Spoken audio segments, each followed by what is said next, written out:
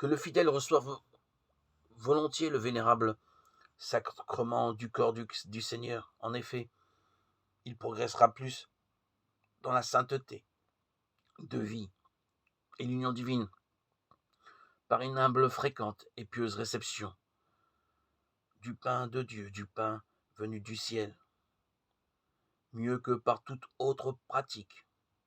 Et s'il ne la reçoit pas tous les jours, qu'il la reçoive cependant spirituellement, par un pieux désir et une véritable préparation. De cette façon, il peut la recevoir non seulement une fois, mais très souvent chaque jour, avec un fruit ineffable.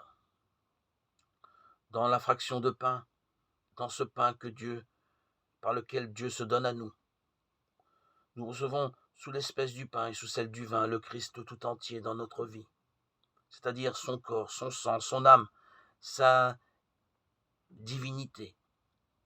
Nous recevons Dieu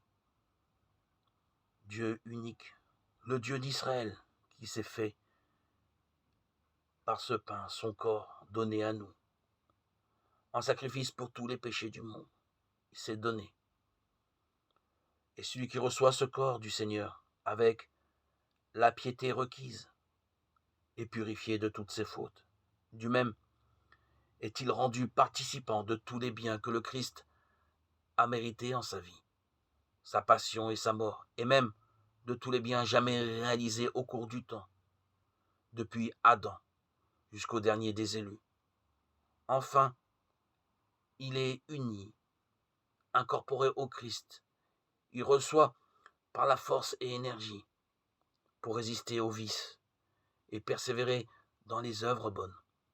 Désormais, revêtu d'une vie plus pure et plus excellente, il est transformé et changé en Dieu, rempli de toutes les grâces, de la très glorieuse puissance et lumière de Dieu,